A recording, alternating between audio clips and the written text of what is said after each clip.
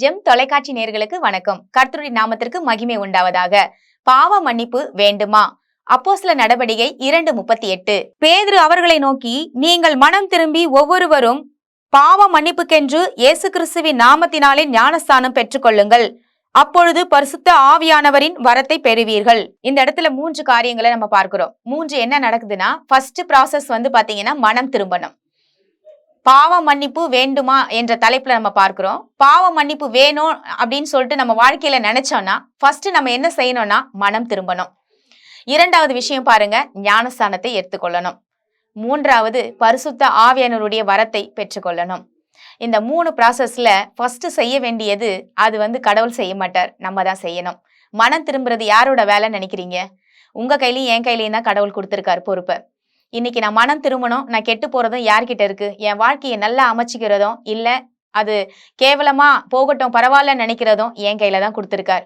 அப்போ கடவுள்கிட்ட எதெல்லாம் இருக்குன்றத ஃபர்ஸ்ட் நம்ம தெரிஞ்சுக்கணும். மனுஷன்கிட்ட எதெல்லாம் இருக்குன்றத நம்ம தெரிஞ்சுக்கணும். கடவுள் கொடுத்த பொறுப்பை மனுஷன் செஞ்சாதாங்க கடவுளும் மனிதனும் இணைய முடியும். அப்போ நம்ம வாழ்க்கையில மனம் திரும்புறது கடவுளே செய்ய மாட்டார். இன்னைக்கு நிறைய பெண்களோட வாழ்க்கையில பார்க்கும்போது தன்னுடைய வீட்டுக்காரருக்காக ஜெபிக்கிறாங்க, தன்னுடைய பிள்ளைங்களுக்காக ஜெபிக்கிறாங்க. எப்படின்னா மனம் திரும்பணும் அப்படின்னு. ஆனா மனம் திரும்ப ஜெபிக்கிறது நல்ல விஷயம்தான். ஆனா அது அவங்களா முடிவெடுக்கணும். அவங்களா முடிவெடுக்க ஆவியானவரே நீங்க உதவி செய்யுங்கன்னு சொல்லி ஜெபம் பண்ணுங்க. ஒரு மனுஷன் தானா திருந்தணுங்க, தானா முடிவெடுக்கணும். நான் செய்யறது தப்புன்னு சொல்லி மனம் திரும்பினாதான் பாவ மன்னிப்பு இயேசு கொடுப்பார்.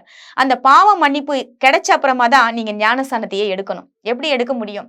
மனம் திரும்பினாதாங்க பாவ மன்னிப்பு கிடைக்கும்.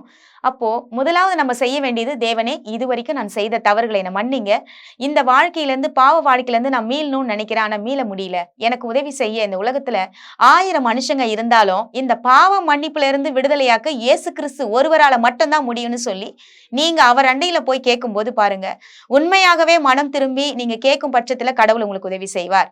ஏன்னா கடவுள் என்ன சொல்றாரு பாருங்க, மனிதனோ முகத்தை பார்க்கிறவன், தேவன் இருதயத்தை பார்க்கிறவர் என்று. அப்போ இன்னைக்கு நம்ம மனுஷங்களை எப்படி பாக்குறோம்னா முகத்தை வச்சுதான் எடை போடுறோம், நல்லவனா கெட்டவனான்னு. ஆனா கடவுள் எப்படி பாப்பாருன்னா அவனுடைய இருதயம் எப்படி இருக்கு.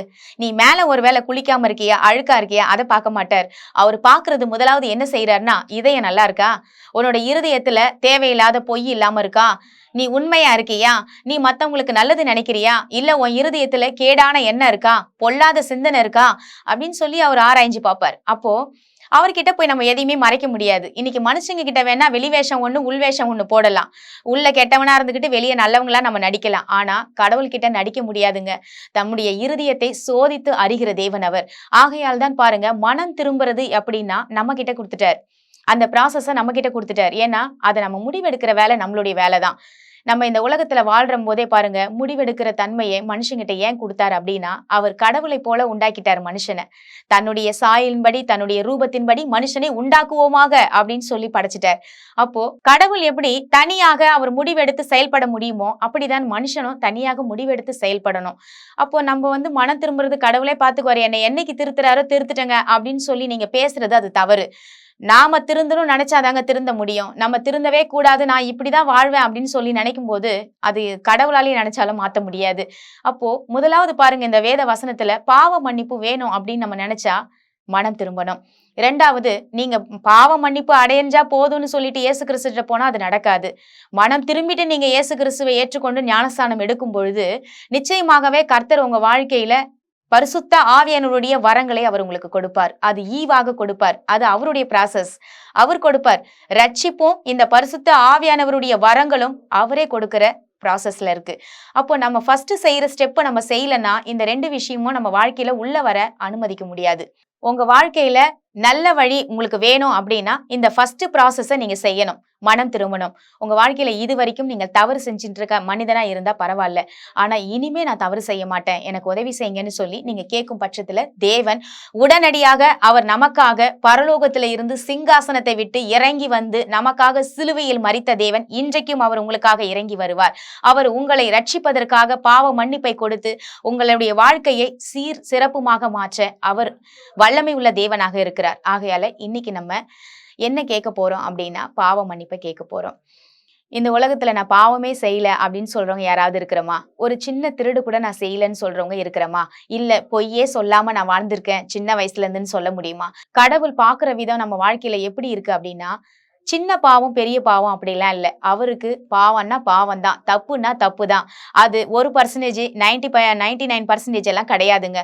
வாழ்க்கையில நம்ம செய்யற தவறுகளை பாருங்க, தேவன் நம்மளை கவனிக்கிறவரா இருக்கிறார். ஆகையால பாவ மன்னிப்பு நமக்கு வேணும்னா, நம் தவறுகளை அவர்கிட்ட ஒப்பு கொடுக்கணும். என்ன சொல்லணும்னா, ஆண்டவரே இதுவரைக்கும் செஞ்ச தவறுகளை என்ன மன்னிங்க. இனி நான் செய்யாம இருக்க நீங்க எனக்கு உதவி செய்யுங்க. நான் செய்யக்கூடாதுன்னு நினைக்கிறேன். ஆனா செஞ்சுகிட்டே இருக்கனே. அப்ப நீங்க தான் எனக்கு உதவி செய்ய முடியும். நான் மனுஷனால இருந்து என்னால முடியல. ஆனா நீங்க என் கூட இருந்தா எனக்கு உதவி செய்ய முடியும்னு சொல்லி நீங்க கேட்கும் பொழுது, மனிதனுடைய ஆவியும், தேவனுடைய ஆவியும் அந்த இடத்துல இணையும். இணையும் பொழுதுதான் பாருங்க, நீங்க எந்த வாழ்க்கை வாழக்கூடாதுன்னு நினைச்சுக்கிட்டு இருந்தீங்களோ, அந்த வாழ்க்கை வாழாதபடிக்கு நீங்க நல்ல வாழ்க்கை வாழ தேவன் உங்களுக்கு உதவி செய்வார். இந்த மாதிரி பாருங்க, சில தவறுகள் செய்யற மனுஷங்கள போய் கேட்டா சொல்லுவாங்க, எனக்கு இத பிடிக்கவே இல்ல. இந்த மாதிரி வாழ்றதே எனக்கு பிடிக்கல. ஆனா என்னால செய்யாம இருக்க முடியல. அப்போ நீங்க மாறணும்னா மனம் திரும்பணும். கடவுள்கிட்ட உதவியை கேளுங்க. அப்பொழுது தேவன் உங்க வாழ்க்கையில பாவ மன்னிப்பை கொடுத்து பெரிய காரியங்களை செய்வார். வாங்க அதுக்காக ஜெபிக்கலாம்.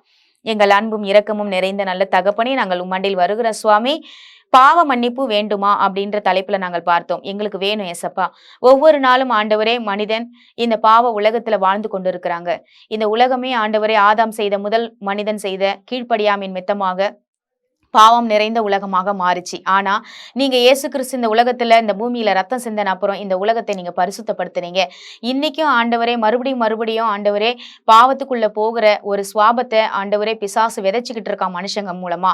ஆனா ஒவ்வொருத்தரையும் ஆண்டவரே நீங்க மீட்டெடுத்து அந்த பாவ மன்னிப்பை பெற்றுக்கொண்டு நல்ல ஒரு வாழ்க்கை இந்த பூமியிலையும் சரி, இன்மையிலையும் சரி, மறுமையிலையும் வாழ எங்களுக்கு தேவனே நீ உதவி செய்யும்படியாக நாங்கள் வேண்டிக் கொள்கிற சுவாமி. யாரெல்லாம் பாவ வாழ்க்கையில மாட்டிக்கொண்டு இருக்கிறாங்களோ, போதையிலையும் ஆண்டவரே, மதுபான பழக்கத்திலையும், ஒவ்வொருவரும் இச்சையிலையும், எல்லாவித ஆண்டவரே தவறான காரியங்களுக்கு போகக்கூடிய எல்லாவித ஆண்டவரை பழக்கத்திலிருந்தும், அசுத்த ஆவியிலிருந்தும் நீர் விடுதலையாக்கி மக்களை ஆண்டவரை பாதுகாத்து வழிநடத்தும்படியாக நாங்கள் ஒப்பு கொடுத்து வேண்டிக் கொள்கிறோம். இயேசு கிறிஸ்துவின் மூலம் ஜெபிக்கிறோம் நல்ல தகப்பனே, ஆமேன். கர்த்தர் நம் அனைவரையும் ஆசீர்வதிப்பாராக. God bless you.